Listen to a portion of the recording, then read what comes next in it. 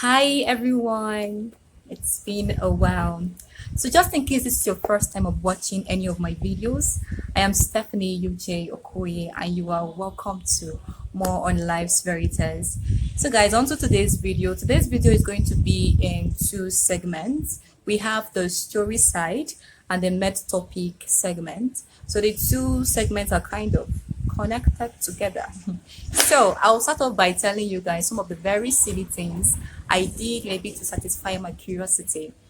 So it's about this 1992 South African movie titled Sarafina that starred the popular Black American actress known as Whoopi Goldberg and the South African actress known as Leleti Kumahlo, who happened to be the lead actor for that particular film.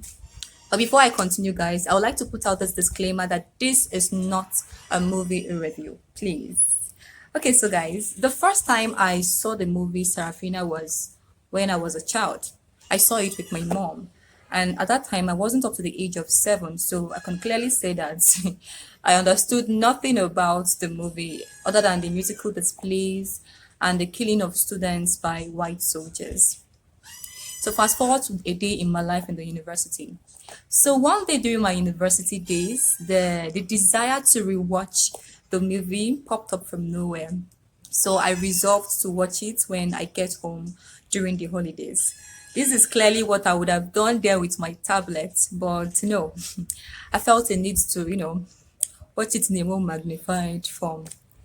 So guys, when I eventually saw the movie Sarafina, the whole thing was not really making any sense to me. Like, why was so much wickedness and cruelty exerted on these people by the white people that came to settle in their own land? And secondly, to what extent were the students pushed and made them so rebellious? So these were like the burning questions in my mind. And to ascertain the root cause of the whole thing, I went ahead to stream for 1988 Voices of Zaravina. So that gave me a deeper understanding. That answered the questions I had. Maybe to understand that at that time there was apartheid governance. There was this segregation between the black and the whites. Is that correct? Between the white minority and the non-whites. That's okay. So guys, I have this habit. It's not a bad habit. It's just what I normally do. So I usually go back to look up for some characters of any movie that I'm impressed with. Any movie that I'm highly impressed with, I usually go up to look for the characters, especially the lead characters. So in this case, guys, I did the usuals, and just like every other individual, Lily Tukumalo has had her own fair share of ups and downs in her journey to the top.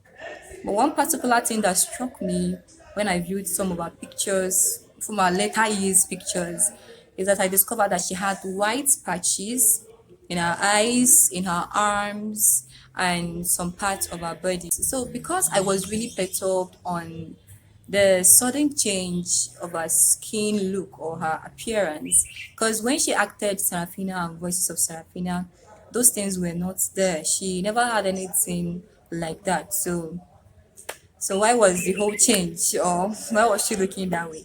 So after I googled up the internet, I discovered that that skin condition is termed vitiligo. It helps the speaker lead his audience into the scene he described by creating an imaginary. So guys, we'll talk briefly on vitiligo and how it concerns the late musician. Vitiligo is a skin condition that causes some parts of the or some areas of the skin to lose their color.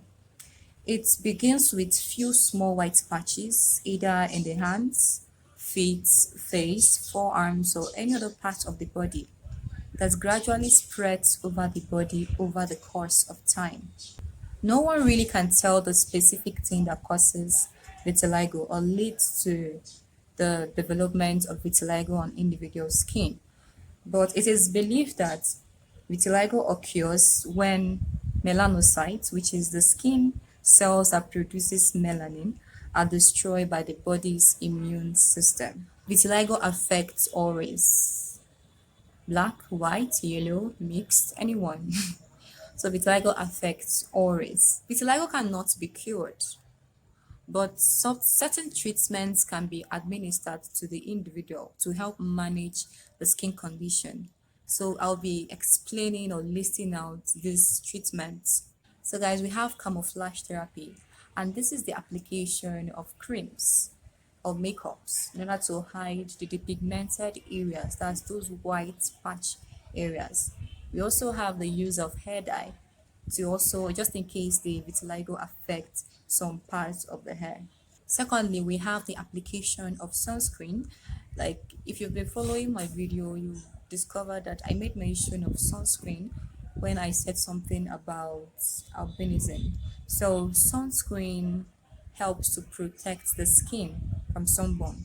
Now, some those areas that are white in color, they've lost the melanocytes that would help to produce melanin. I know melanin gives, apart from the fact that it gives color to the skin, it also helps to prevent sunburn. So, because there are no melanocytes and there are no melanin, the person is likely to develop sunburn if the person does not practice safe sun exposure. So, with the use of sunscreen, it helps to prevent sunburn. We also have the depigmentation therapy, and this treatment is usually for patients whose white patches can no longer be covered or hidden or camouflaged with makeups or camouflaging creams. So, and maybe the individual can no longer take it anymore. Like he or she wants to really do something about the skin. Because the truth is that you don't really blame these people. Maybe this person had once had an almost perfect life, or probably was at the peak of his or her own career. And then all of a sudden, out of the blues, something just appears and want to tear the individual's life apart. Let's take, for instance, that the person has this nice job and the person's job requires publicity. And then all of a sudden, the person starts developing these white patches around the skin. The owner of the work can wake up one morning and say, hey, if you don't do something about your skin, then you're at the risk of losing your job. Secondly, the person is at the risk of being avoided by people. The person can lose his or her friends. And lastly, even when the person is just going about his or her daily activities, the person gets this, like I said probably before now, unwelcoming stare. People just be looking at you like, some people now start asking some very obvious questions. Like they actually know you have a skin condition and they'll still ask you, what is this thing? Like, why are you like this? They'll ask you really thought-provoking questions. All those things are enough to leave one traumatized and in low spirits. So for this individual that is really desperate about doing something about his or her own skin, carrying out the pigmentation therapy would turn the rest of the areas that still have color. It will turn them into white so as to match with the depigmented areas or the areas that has vitiligo.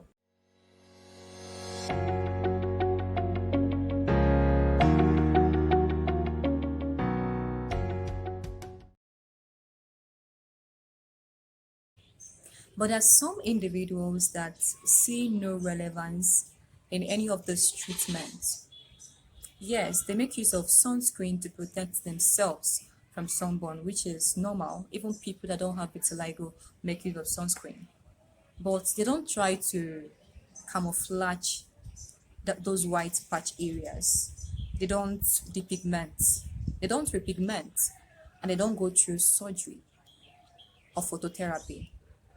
They accept themselves the way they are. And that for me is the best treatment. Accepting oneself in all its imperfection, being confident, being yourself, regardless of what your skin has amounted to, for me, is the best therapy. So, guys, vitiligo on its own, it's not contagious. So, please be nice and act normal around people living with it. Apart from the risk of being vulnerable to sunburn, vitiligo on its own, it's not detrimental or life threatening, but it's life altering. Our today's world or society believes that appearance matters. And once you are looking very different from every other individual, there is a high tendency that you'll be avoided. Since no one knows for certain what causes vitiligo, no one can actually tell you how to prevent it. So it's left for us to try as much as we can to protect our skin by avoiding excessive sun exposure. Practice safe sun exposure. We should take ownership of our health. And above all, most importantly, commit our health into the hands of God. He's the ultimate protector, and He's the only one in this scenario that can shield us from such health condition or such skin condition.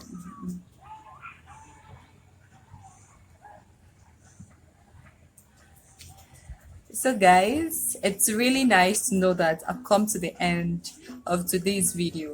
Thanks so much for being with me throughout the journey.